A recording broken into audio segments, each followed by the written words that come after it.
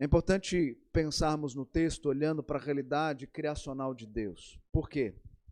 Quando nós olhamos aquilo que Deus fez antes da fundação do mundo, lá no conselho eterno de Deus, determinando todas as coisas conforme o beneplácito da sua vontade, ele adentra no tempo e ele escreve a história, criando todas as coisas com sabedoria e propósito, declarando inclusive ao término de cada uma delas que tudo era muito bom.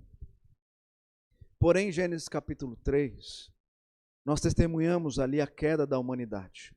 Adão e Eva, seduzidos pela serpente, escolheram duvidar da palavra de Deus, especialmente do claro aviso sobre as consequências da desobediência. Assim, a incredulidade se tornou o primeiro pecado, enraizando-se no coração humano e contaminando gerações. A partir do verso 4, nós começamos a ver como essa incredulidade passou a ser a tônica de muitos daqueles que seguiam a Deus e mais ainda daqueles que sequer amavam a Deus. Nós vemos isso na história bíblica, como por exemplo, nos dias de Noé. Mesmo com a pregação fiel daquele que Pedro declara que era o pregador, muitos se tornaram incrédulos. Quando nascemos de novo, podemos compreender que existe uma fé viva e genuína, pois essa fé vem pela regeneração, pela salvação em Cristo Jesus. E é nesse pano de fundo que João, ao introduzir o diálogo entre Nicodemos e Jesus, vai revelar uma realidade inquietante, onde tinha muitos que estavam seguindo a Cristo por aquilo que ele fazia, sinais, e não por aquilo que ele era, o Messias, o Salvador do mundo. Por isso, muitos deles, em determinado momento, como nós lemos na liturgia, vão dizer: duro é esse discurso, quem o pode ouvir? E depois, muitos deixaram de seguir a Jesus. E esses mesmos estavam diante de Pilatos, na crucificação, dizendo: crucificam, crucificam, crucificam. Mas há um caminho para uma fé genuína. E o caminho da fé genuína está descrita nesse exemplo dado por Jesus, no diálogo que ele teve com esse homem chamado Nicodemos. O que importa para termos uma fé genuína? Nascermos de novo, ser salvos por Cristo Jesus. Então o Evangelho de João, queridos, foi escrito tendo como um propósito revelar a pessoa e obra de Cristo, a fim de que o povo pudesse crer que Jesus Cristo era o Filho, o prometido de Deus. Abra sua Bíblia no capítulo 20 do Evangelho de João. E aqui João faz questão de deixar descrito para nós, no verso 30 e 31, o objetivo deste Evangelho, o objetivo para o qual ele escreveu esse Evangelho. E ele diz: na verdade, Jesus fez diante dos seus discípulos muitos outros sinais que não estão escritos neste livro. Estes, porém, foram registrados para que vocês creiam que Jesus é o Cristo, o Filho de Deus, e para que, crendo, tenham vida em seu nome. Qual era o objetivo do evangelista João em narrar para nós os grandes milagres de Jesus? Para que o povo pudesse crer, através desses sinais, que de fato Jesus era o prometido Filho de Deus. E crendo nele, pudessem ter aquilo que ele oferta, a vida eterna nele. Então nós olharemos diante dessa tônica entre uma fé verdadeira e fé falsa, descrita aqui e que vai ser revelada para nós em todo o Evangelho, quando o evangelista vai declarar aqueles que seguem a Jesus por aquilo que ele é, e por aqueles que estavam apenas com Jesus, por aquilo que ele ofertava, que era os sinais, o alimento que eles desejavam. E não necessariamente ele como o pão vivo que desceu dos céus. Então vejamos, primeiramente, queridos, no capítulo 2, os versos 23 e 25, uma fé que é superficial, que crê na existência, mas não se entrega dizendo, esse é verdadeiramente o verbo vivo, o Filho de Deus. O texto no verso 23 nos afirma, estando Jesus em Jerusalém, durante a festa da Páscoa, muitos creram no seu nome quando viram os sinais que ele fazia. Então o verso declara para nós que muitos creram. Parece haver fé aqui. Afinal de contas, a crença revelada. Mas o versículo seguinte nos escancara a uma realidade do poder onisciente desse Jesus. Quando ele diz no verso 24, mas o próprio Jesus não se confiava a eles, porque conhecia a todos. Ou seja, havia empolgação pelos milagres, mas não rendição ao senhorio de Cristo. Jesus não se deixava se enganar. Ele via a incredulidade disfarçada de religiosidade na vida desses discípulos. Mas como isso é possível? Como é possível uma pessoa crer e não se entregar a Jesus? Porque, queridos, nem toda fé é uma fé salvífica. Por isso, a nossa teologia, ao falar sobre a fé, ela descreve a fé em 3 características: a fé morta, a fé temporária e a fé salvífica. O que seria a fé morta? Nós temos Tiago dizendo para nós que fé sem obras é morta. Ou seja, a fé morta é apenas intelectual, diz crer, mas não vive essa crença. É uma fé que vem de uma tradição familiar. Eu tenho fé porque meus pais me levaram a conhecer aquilo que eles professam. Eu tenho fé porque eu acho bonito e interessante a entrega religiosa dos meus pais e por isso também eu quero fazer o mesmo.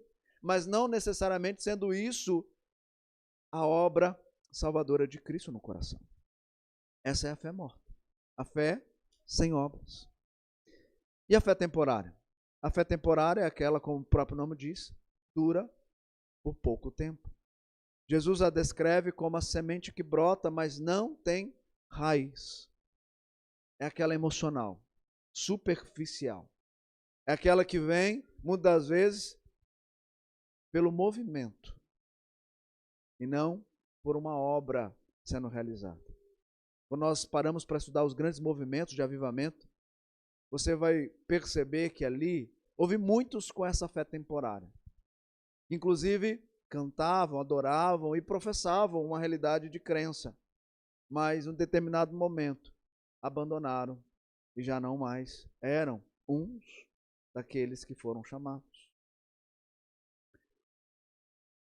Jonathan Edwards, em seu livro, ele vai descrever como os grandes avivamentos do seu tempo foram belíssimos, mas muitos estavam apenas pelo movimento e não pela realidade de uma transformação em Cristo.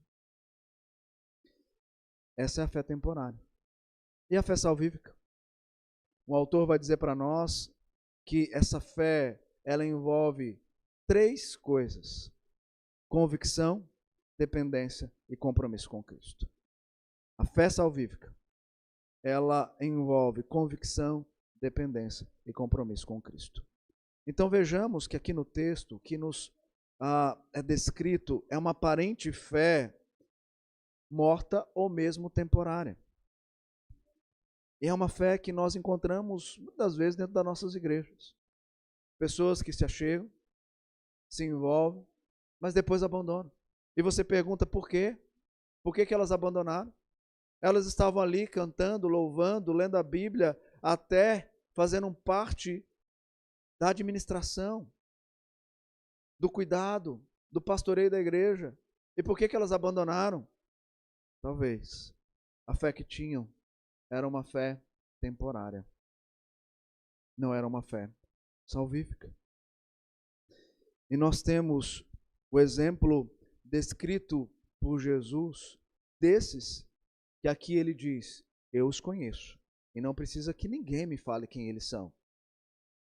Quando lá no capítulo 6, como nós lemos, no verso 60, depois de Jesus revelar a realidade daquilo que ele era, o Messias prometido, o pão vivo que desceu dos céus, eles disseram: esse discurso é duro. Quem pode ouvir? Quem pode aceitar? Esse dizendo que ele é o Filho de Deus, que dele nós devemos nos alimentar. Quem é esse? E João, no capítulo 6, então, vai descrever que muitos desses, no verso 66, diante disso, muitos dos seus discípulos o abandonaram e já não andavam com ele. O abandonaram e já não andavam com ele. Jesus sabia desde o princípio quem não cria e quem iria traí-lo. Verso 64, ele vai dizer, do capítulo 6, mas há descrente entre vocês. Ora, Jesus sabia desde o princípio quais eram os que não criam e quem iria traí-lo. Queridos, muitas vezes nós sabotamos a nós mesmos, achando que o que somos é uma realidade daquilo que Deus espera de nós. E quando na prática nós não revelamos nada de Cristo em nós, porque não temos frutos, não damos frutos, sequer estamos dispostos a nos entregar de corpo e alma àquilo que Ele revela para nós nas Sagradas Escrituras.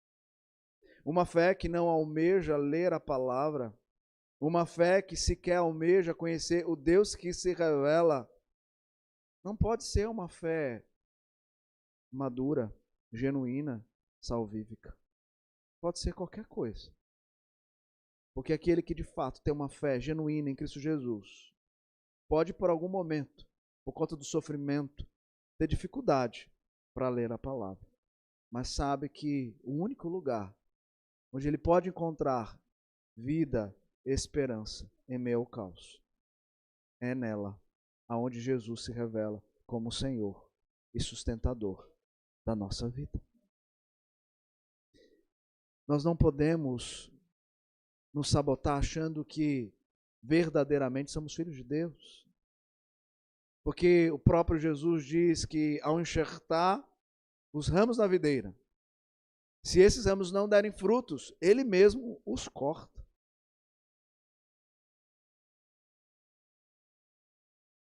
Os frutos precisam aparecer, porque eles são resultado de uma fé genuína.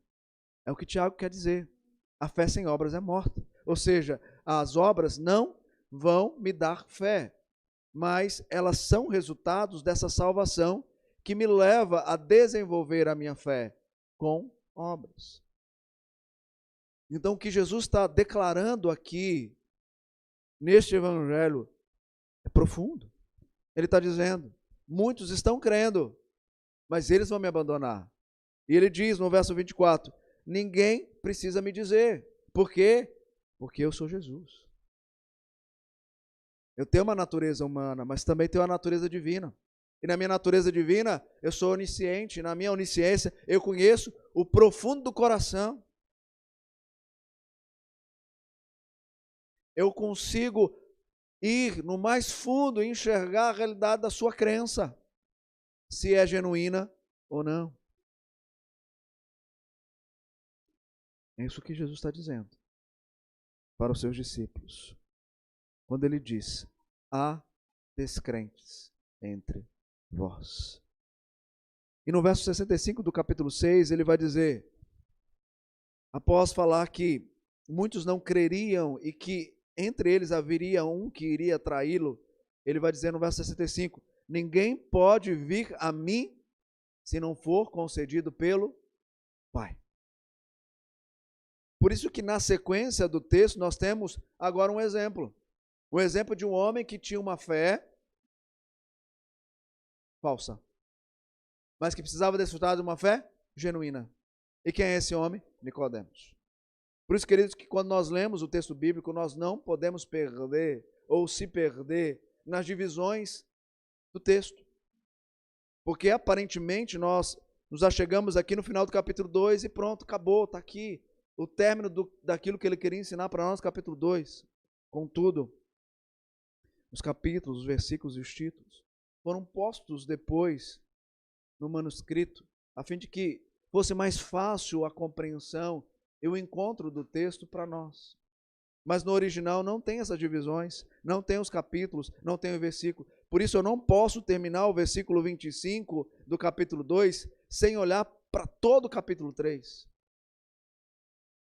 Porque Jesus está dizendo no verso 25, e não precisava que alguém lhe desse testemunho a respeito das pessoas, porque ele mesmo sabia o que era a natureza humana. Havia entre os fariseus um homem chamado Nicodemos. Há continuidade aqui. Não há uma pausa, há continuidade. E agora ele vai revelar o que Nicodemos precisava para ter não uma fé falsa, mas uma fé verdadeira. A fé verdadeira, ela vem do nascer de novo. É os versos de 1 a 3. Ele diz: havia entre os fariseus um homem chamado Nicodemos, um dos principais dos judeus. Este de noite foi até Jesus e lhe disse. Então veja que aparentemente esse homem era um fariseu influente, mestre em Israel, conhecedor da lei, e ele não chega de qualquer jeito até Jesus. O texto diz que ele vem à noite, demonstrando até um certo temor, mas também curiosidade espiritual. Ele queria entender a profundidade dessa fé. E ele então pergunta no verso 2, Rabi, sabemos que és mestre vindo da parte de Deus, porque ninguém pode fazer estes sinais que tu fazes, se Deus não estiver com ele. Então ele revela que ele queria saber, porque ele estava vendo os sinais que Jesus estava fazendo, mas não entendia a profundidade desses sinais. E Jesus vai direto ao ponto. Ele diz no verso 3, em verdade te digo, se alguém não nascer de novo, não pode ver o reino de Deus. A fé verdadeira só pode brotar do novo nascimento. Ela não é produto de sinais ou emoções, mas da ação do Espírito Santo. E isso significa que os sinais são inúteis se eles não apontarem para Jesus. Pois esse é o objetivo do Evangelho. Esse é o objetivo para o qual Jesus veio. Esses sinais devem nos levar a conhecer e confiar na pessoa de Cristo, não apenas desejar os milagres que Ele nos oferta. Queridos, crer em Jesus significa não só o reconhecimento de sua capacidade de realizar milagres, mas também a aceitação do fato de que esses milagres, como sinais, revelam sobre sua pessoa e sua obra. A fé pode ser produzida e estimulada pelos sinais que Jesus realizou, mas o alvo dessa fé é aprender de Jesus em sua plenitude, e não meramente como um operador de milagre. Jesus é revelado por seus sinais como a eterna palavra de Deus. Não é assim que inicia o primeiro capítulo? Dizendo que esse verbo vivo, ele é eterno de Deus, um com o Pai. E não é necessário ser testemunha ocular desses sinais para crer que Jesus é verdadeiramente Filho de Deus. Porque na obra de salvação, não foi você que viu sinais para crer, mas foi Ele que fez o grande milagre em habitar em você, para que agora você tivesse fé para enxergar os sinais que fazem parte daquilo que ele é como Deus. A fé verdadeira, queridos, é uma fé que envolve, como nós falamos lá atrás, 3 elementos. E o primeiro elemento é conhecimento. Pois para crer em Jesus precisamos conhecê-lo. A fé vem pelo ouvir e ouvir a palavra de Deus. A pessoa precisa de um conhecimento mínimo para crer. Conhecer quem ela é como pecadora e quem Cristo é como nosso resgatador. Se não há conhecimento a respeito do Salvador, como eu posso declarar que Ele é verdadeiramente o meu Senhor? Eu preciso conhecer. E a fé me leva a esse conhecimento. Por isso que eu preciso ouvir a palavra de Deus. Mas além do conhecimento, nós precisamos aceitar. Há uma necessidade de não apenas conhecer, mas aceitar os seus ensinos revelados nas Escrituras, concordando ser esse o único meio da salvação. Ninguém vem ao Pai, a não ser por mim, disse Jesus. Além do conhecimento, da aceitação, nós precisamos também de confiar. Confiança envolve a certeza de que a partir do momento que aceitei Jesus, a minha salvação está garantida. Por isso descanso em Cristo e em sua obra de salvação. E Jesus, ele explica que esse novo nascimento é um nascimento espiritual. Veja o verso 5. Quem não nascer da água e do Espírito não pode entrar no reino de Deus. Por isso que mais à frente ele vai dizer, porque Deus amou o mundo de tal maneira que deu seu Filho unigênito, Nicodemos, para que todo aquele que nele crer não pereça, mas tenha a vida eterna. Ele está dizendo para Nicodemos, Nicodemos, entendeu o que é nascer de novo? Por isso, Deus amou o mundo, que deu seu Filho para morrer na cruz. Alguns vão crer, e esses terão vida eterna. Mas muitos não vão crer, e vão perecer, porque não foram chamados filhos de Deus. Essa fé que salva, ela não é produzida pelos sinais que ele faz, mas ela é produzida pelo maior milagre que ele já nos deu.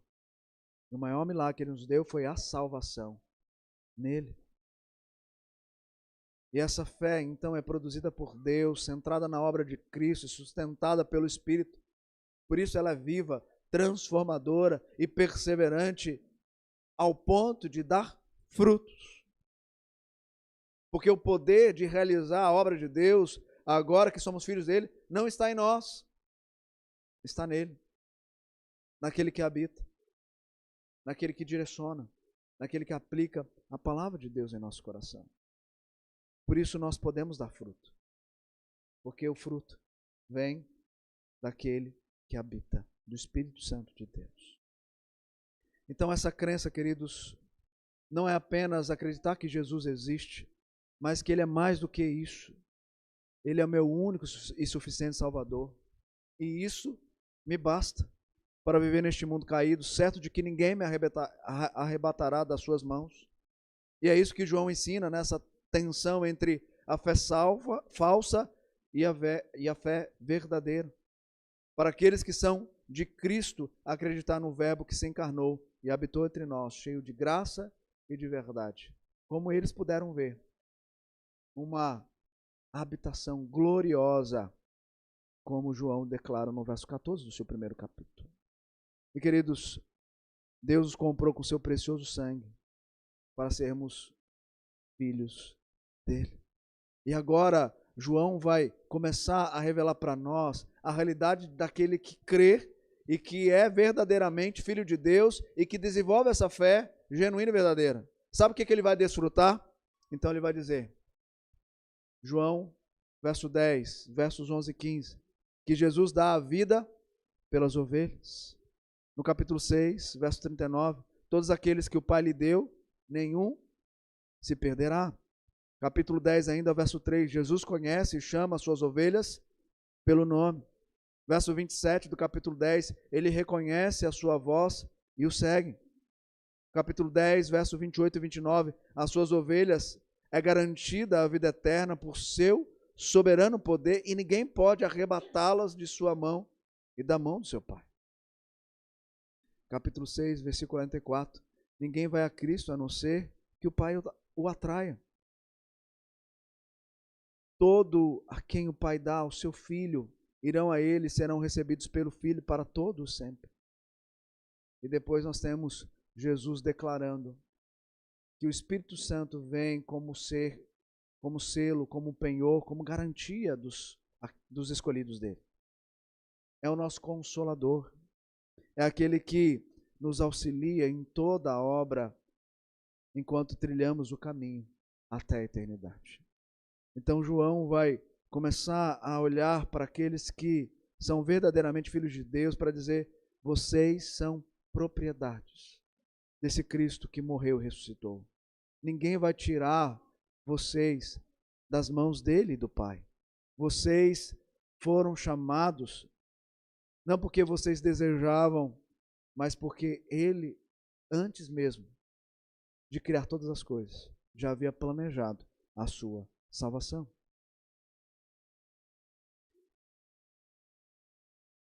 E essa fé foi doada a vocês, para que vocês pudessem desenvolvê-la para a glória de Deus. Portanto, queridos, essa fé verdadeira, salvadora, é sobrenatural. E é sobrenatural tanto em sua origem como natureza.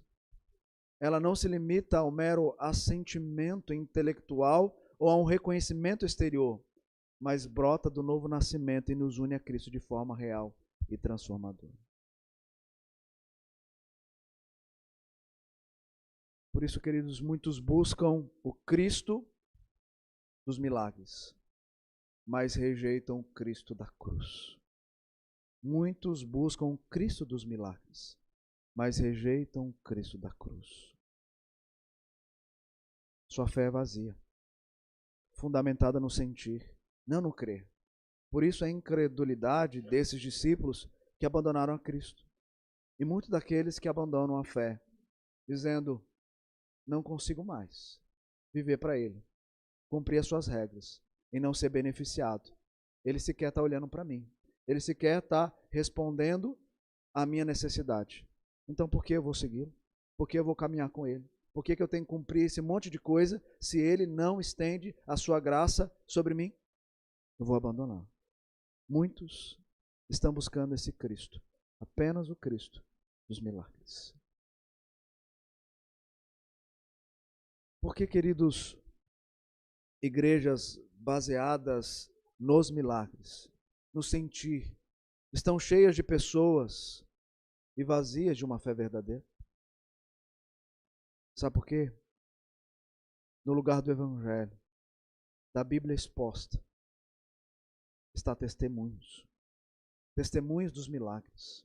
E as pessoas estão buscando os testemunhos do outro e dizendo: eu creio naquele que fez isso por aquela pessoa, mas não creio naquele que pode fazer isso. Não da mesma forma miraculosa que ele realizou para outra pessoa, mas de uma forma muito mais profunda na salvação que ele pode te dar, sendo quem ele é e a obra que ele realizou. Muitas igrejas estão cheias de pessoas que estão seguindo testemunhos e experiências ao invés de seguir o Cristo da palavra, o Cristo da cruz. E as pessoas estão precisando disso. Nós temos muitos Tomés. Preciso ver para crer. E achando que a nossa vida ela é baseada no sentir e que as emoções determinam aquilo que somos. Mas quando nós olhamos para toda a obra de Cristo e aquilo que Ele realiza e como devemos viver nele, tudo está direcionado para um objetivo de nós crermos para sentir e não sentir para crer. Pode ter milagres, mas pode não ter. E isso não vai determinar o quanto de Deus há em mim, mas de fato fará com que eu reconheça o poder de Deus em realizar todas as coisas conforme o conselho da sua própria vontade. Quantas igrejas estão determinando curas? Estão dizendo: venham, porque hoje é a noite dos milagres. Dizendo para Deus: Deus, você vai curar, porque eu estou mandando o Senhor curar. E as pessoas estão correndo atrás disso, ao invés de chegar ali e dizer: venham, porque o que você precisa é confessar Cristo como Senhor e Salvador e abandonar o seu pecado, porque essa prática da sua vida está te levando às suas mazelas, está destruindo as suas emoções, está ruindo com a sua estrutura humana. Muitas vezes nós somos acusados, os reformados, não apenas os presbiterianos, os reformados como todos, de que a igreja presbiteriana, a igreja reformada, é uma igreja que não acredita nos milagres, são sensacionistas e por isso não acreditam nos milagres.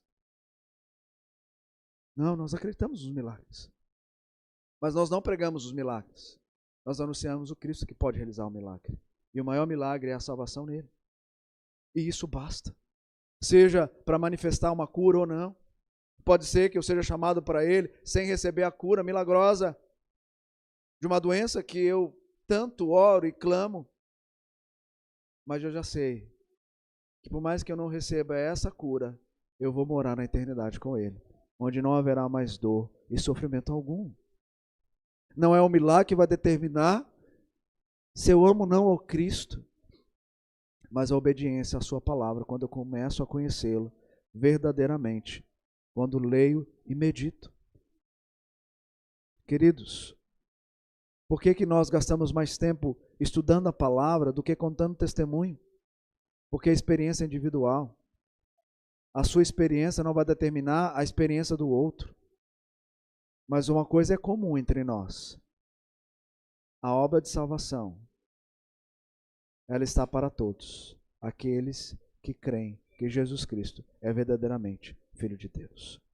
Nós não limitamos o poder do Espírito Santo e nem submetemos a vontade perfeita de Deus a nossa. Nós cremos que o Espírito continua a fazer milagres. Nós cremos naqueles dons que são necessários ainda em nosso meio. Mas também nós cremos que os dons que Deus deu para o início da igreja, esses sim cessaram. Mas Ele pode realizar milagre? Pode. Pode curar? Pode. Pode conceder bênçãos incontáveis? Pode. Porque Ele é Deus. Mas Ele vai fazer de acordo com a vontade dEle, não a tua. E no tempo dEle, e não no teu tempo. E Ele é Deus, independente de você. Lembra que Jesus, Ele pedia às pessoas, após operar milagres, para não divulgarem o que Ele havia feito? Já parava para pensar nisso? Por que que Jesus dizia após operar milagres? Vão e não falem nada daquilo que eu fiz.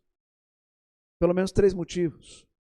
Ele tinha, o primeiro deles, porque ele estava se tornando popular. E como aqui, muitas pessoas estavam seguindo por aquilo que ele estava fazendo. Milagres.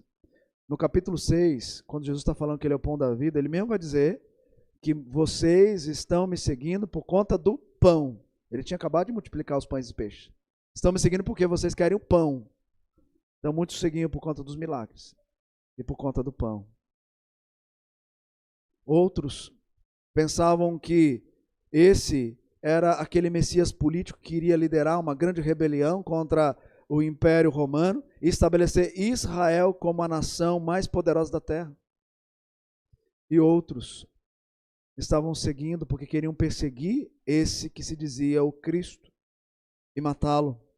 E Jesus dizia, muitas vezes, para não divulgar aquilo que ele fazia. Também porque não era ainda chegada a sua hora. E qual é a razão certa que as pessoas deveriam ter ao seguir o Messias? era entender que ele era o Verbo vivo, o Verbo encarnado, o bom pastor que dá a vida pelas suas ovelhas, o pão vivo que desceu do céu para saciar a sede e a fome, o Cordeiro de Deus que tira o pecado do mundo. Então, queridos, a fé verdadeira nasce de Deus. Crer no Cristo das Escrituras e produz frutos de obediência.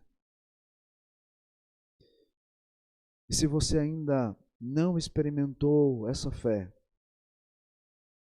isso pode até explicar sua dificuldade em perseverar na vida cristã. Mas há esperança. E há um convite do próprio Senhor. Arrependa-se hoje e entregue o seu caminho ao Senhor. Busque conhecê-lo.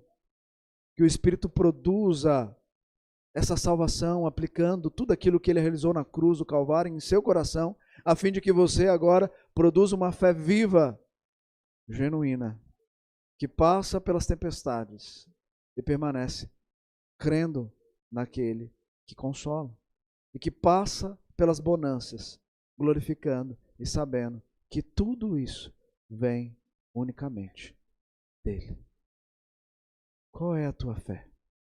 A tua fé é uma fé que é experimentada e revela frutos? Ou uma fé vazia que, quando se escancara com um problema, você questiona e incredulidade se coloca como alguém que não tem direito de receber o cuidado de Deus, a provisão de Deus? Qual é a tua fé? Se você não nasceu de novo, se você ainda não experimentou da graça salvadora de Cristo Jesus, este é o momento. Este é o momento de você entregar o seu coração diante dele e pedir para que ele faça essa obra em sua vida, para que você compreenda quem ele é, por uma fé viva, uma fé que nos leva a permanecer nele para todo sempre. Como explicamos para as crianças, elas não esperam, recebem.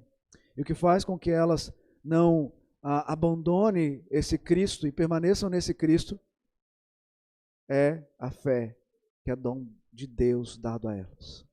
Mas elas precisam aprender quem ele é. Por isso que os pais têm a obrigação de ensinar às suas crianças as verdades de Deus. Ler a palavra todo dia, educá-las na sã doutrina, para que não venha se desviar delas. Não é isso que Jesus, não é isso que Deus ensinou para o povo de Israel? É o mesmo que ele ensina para nós. Nós temos que dar a elas o conhecimento que vai gerar nelas convicção.